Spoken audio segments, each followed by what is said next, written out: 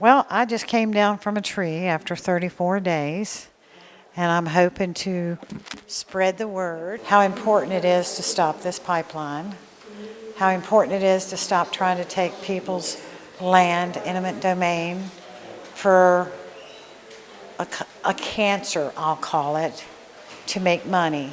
Theresa Red Terry and her daughter Minor were in a Roanoke County treehouse since April 12th. They were protesting the construction of the Mountain Valley Pipeline. Recently, police forced the Terrys out of the treehouse on Bent Mountain. She says the Mountain Valley Pipeline and the Atlantic Coast Pipeline threatens communities. I've given it several nicknames. Mountain Valley Pipeline right now is a cancer. I've also called it MVD for Mountain Valley Dicks because it's trying to screw everybody. Her fight against the pipelines appears to be gaining momentum during the Red and Minor Taking Back Virginia tour. Terry and her daughter made a tour stop at an Albemarle Democratic Committee meeting in Charlottesville. There's been a lot of energy around the pipeline issue, both from within the committee and outside the committee.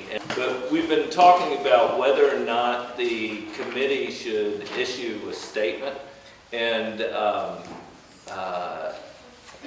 we ended up creating a subcommittee of the committee to draft a statement. And leading up to all this, several other Democratic committees issued a statement.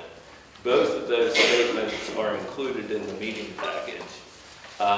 And we're going to have discussion and a vote on the issue shortly. But in the interim, I got a call from Sam yesterday that said Red and Minor were coming to town, and the timing couldn't be better. I'm not sure who could describe the issue better than the folks that are here tonight. Minor and her mother addressed the committee. All of the actions that we're told to take, we took, and we were ignored, and our concerns were ignored, and the scientists we brought in were ignored, and the engineers we brought in were ignored. And so we went up into trees to prove our point, to say, no, this is ours, you cannot take it through eminent domain, you cannot put a bomb in our backyard, we refuse. Theresa Terry told the group she withstood frigid temperatures, heavy rain, and harsh winds while living in the treehouse. I would do it all over again if it meant keeping my water pure. I'd have liked to have my trees still standing. I'd like my families to grow up there. Politicians don't care about anything except profits anymore.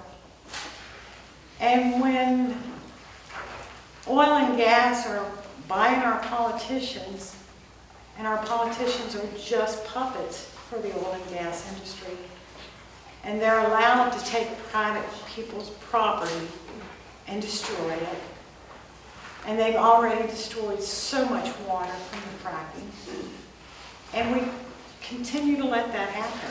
And I don't even know how to grasp that all these people that have had poisoned water and have begged for someone to do something about this, and nothing's being done. The gas companies are making them sign gag agreements, or gag orders, to deliver them water. And we're talking West Virginia, Pennsylvania, Colorado, Utah. We've got earthquakes in Oklahoma. We've got sinkholes in Texas.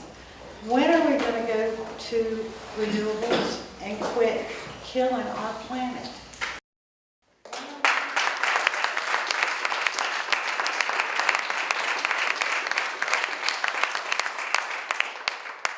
Beth Deal is the vice chair of the Roanoke City Democratic Committee. She introduced Delegate Sam Rasool. I want to take a moment to thank and introduce our delegate, Sam Rasool.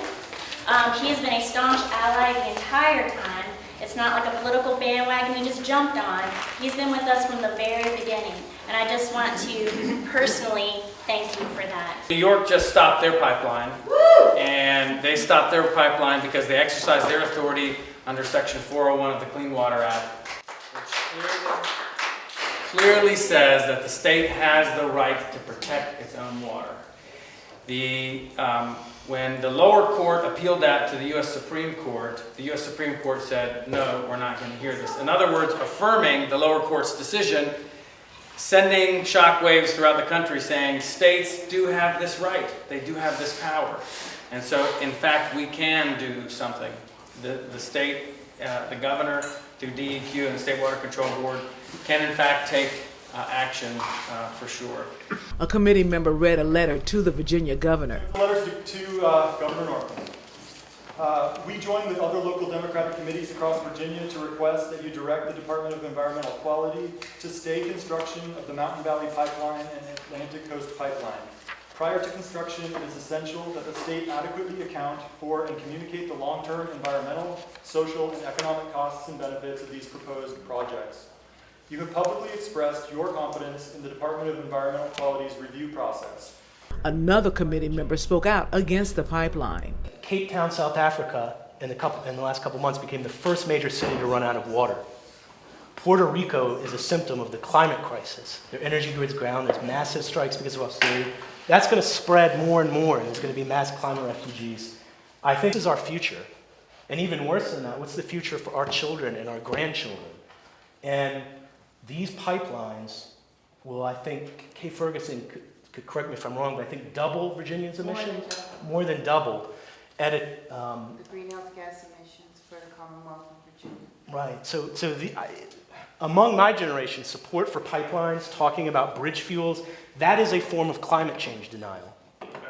And I think this kind of statement are necessary to get people energized and involved in the party.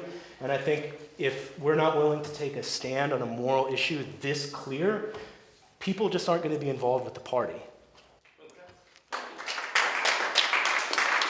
7 generations ago, her family owned nearly 10,000 acres on Bent Mountain. Now they own 3. People need to wake up and realize that they are destroying our water. They're destroying our trees. They're destroying the American dream when they suddenly have a pipeline 4 feet from their front stairs. And my neighbor has that. They're going through my other neighbor's well area, going through cattle fences and ponds. I've got a neighbor, they're trying to go through her historic graveyard. We need people who care about our drinking water. I caught up with Delegate Rasul. Today I'm here to support Red Miner Terry, who took a brave stand to try to stop the construction of the Mountain Valley Pipeline.